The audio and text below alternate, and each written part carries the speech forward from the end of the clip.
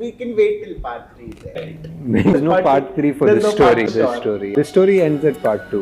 हाँ तो आखिरकार बंधु तुमने नाग अश्विन के मुंह से ये तो सुन लिया, कल की 2898 AD का पार्ट 3 नहीं आएगा, इसका एंड पार्ट 2 में ही हो जाएगा। पर ऐसा क्यों भाई? इसे तो कल की सिनेमैटिक यूनिवर्स कहा गया, और सिनेमैटिक यूनिवर्स मतलब इसमें एक से ज्यादा मूवीज होनी चाहिए जो एक दूसरे से कनेक्टेड रहे। लेकिन नाग अश्विन कल की सिनेमैटिक यूनिवर्स के नाम पे हमें सिर्फ 2 ही मूवी दिए हैं, मतलब एक दिए है और एक देंगे, और पार्ट 2 में इसका दी एंड भी कर देंगे। अगर बातों पर भरोसा नहीं है तो गूगल कर लो, वहाँ पर भी यही जानकारी है, सिर्फ 2 ही पार्ट आएंगे। अब तुम नाग अश्विन को चूतिया मत समझो, ये बहुत टैलेंटेड है। इनकी तारीफ में मैं सिर्फ इतना कहूंगा, टोपा टोपा 70 नाग अश्विन का मास्टर प्लान तुम्हारी सोच से भी बेहतर। 50 रुपए कट ओवर एक्टिंग की वजह से। तो यार तुम लोगों ने कल की पार्ट 2 से रिलेटेड बहुत सारी वीडियोस देख ली, लेकिन ये वीडियो उन सबसे बहुत अलग और थियोरिटिकल होने वाली है, मतलब सारे सबूतों के साथ इसमें बात होगी। तो प्लीज बंधु पूरा देखना। इस फ्रेंचाइज को लेके नाग अश्विन का मास्टर प्लान बहुत ही अलग और यूनिक है, और सॉरी टू से मेरे अंदाजे से ये शायद कल की पार्ट 2 में हमें कल के अवतार की डेथ दिखा दे।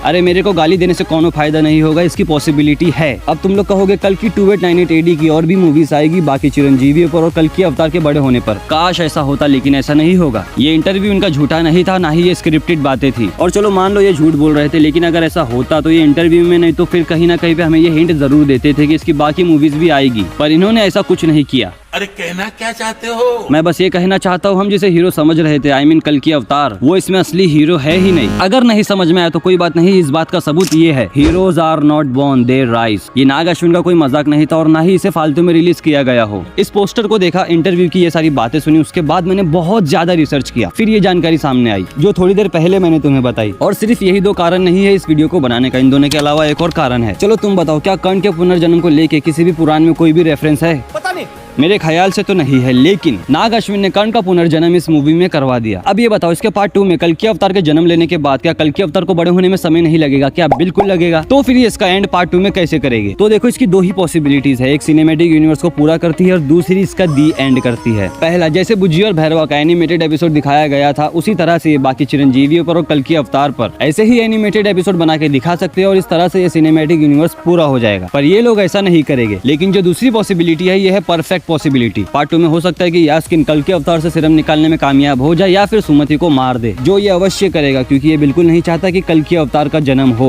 और इस काम के लिए ये निकल भी चुका है। अगर ये दोनों में से एक काम भी कर लेता है तो हमें कल के अवतार का जन्म देखने नहीं मिलेगा। मेरे को मालूम है तुम लोग क्या सोच रहे हो, अगर कल के अवतार का जन्म नहीं होगा तो कली यानी यास्किन को मारना नेक्स्ट टू इम्पॉसिबल। भैरवा चाहे कर्ण ही क्यों ना हो, लेकिन कली को मारना नामुमकिन है। तो इसका जवाब भी हमें इसी पोस्टर में मिलता है, heroes are not born, they rise. ये पोस्टर चीख चीख के कह रहा है, हीरो पैदा नहीं होते, हीरो बनते हैं। और कल के अवतार के चले जाने के बाद इस मूवी का असली हीरो, काशी का रक्षक, सूर्यपुत्र कर्ण का पुनर्जन्म यानी कि भैरवा ही यास्किन को मारेगा। और देखा जाए तो कली यानी कि यास्किन अपने फुल फॉर्म में भी नहीं आया है, तो हो सकता है इसका अंत भी हो जाए, और इसी नेक काम में अश्वत्थामा भी अपने मित्र का साथ अवश्य देंगे। हाँ, इस बात को भी झुटला नहीं सकते कि कली का अंत नहीं हो सकता बिना कल के अवतार के, लेकिन ये हकीकत नहीं मूवी है। बिना मिर्च मसाले के खाने में और मूवी में कोई मजा नहीं आता। हाँ, अगर मसाले ज्यादा हो जाए तो बवासीर की समस्या हो सकती है। लेकिन इस पोस्टर और ये इंटरव्यू के अलावा भी एक और रेफरेंस है, ये गांडीव। गांडीव को यास्किन के हाथों में इसलिए सौंपा गया है क्योंकि इसे टक्कर देने की ताकत केवल विजय धनुष में है, मतलब सूर्यपुत्र कर्ण में है। इसीलिए भैरवा कर्ण है और यही गांडीवधारी यास्किन को हराएगा। मैं अब भी बोलता हूँ, ये हकीकत नहीं मूवी है, इसलिए भरपूर मजा लेना। मैं ऐसे ही मजेदार ब्रेकडाउन वीडियोस लाते रहता हूँ, तो तुम इस चैनल को अपना बना सकते हो।